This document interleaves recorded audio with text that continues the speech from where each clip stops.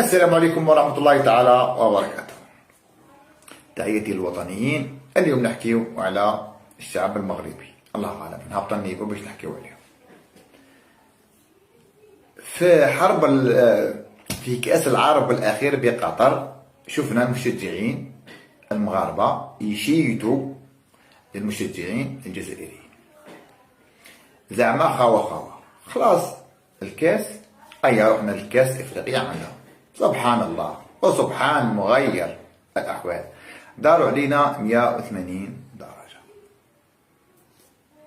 رجعوا يصوروا المشجعين تاعنا كي يخرجوا يفرحوا ويحكيوا عليهم بالسوء، يجيبوا لهم ياكلوا ويحكيوا عليهم بالسوء. هذوك الازواج اللي دابوا التاي والكاطو هو عندهم فكر خبيث ويحكيوا عليهم بالسوء. نشروا واحد الصور لا علاقة لها بالحقيقة وكلها تقيس الجزائر. الشعب المغربي شعب خبيث ما تقدرش تدير فيه الامان، كيما جدودو هذا الجرو من هذيك الكلبة.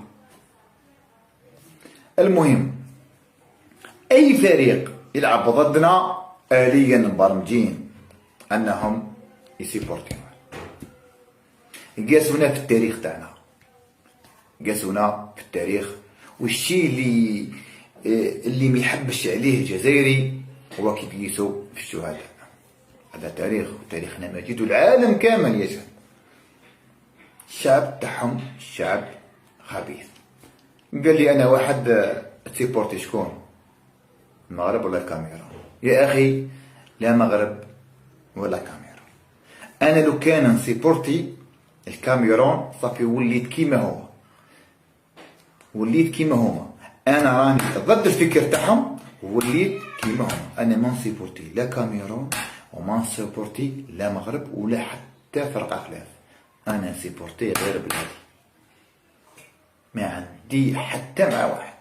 لا اله الا الله محمد رسول الله. نوصي الشعب الجزائري باللي هذه الحادثة ما تنساوهاش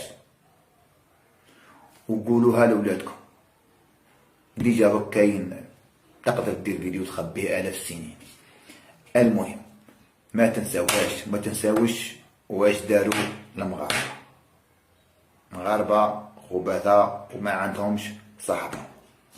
اديوها من عندي. نحكي على نفسي انا نحب بلادي ونخدم بلادي ونعيا على بلادي ونعرق على بلادي ونحارب على بلادي ونموت على بلادي. وتحيا الجزائر، ما عندي حتى فكر خلاف. المهم نخليكم مع هذو الصور تشوفوهم واش راهم ينشروا المغاربة. تحياتي.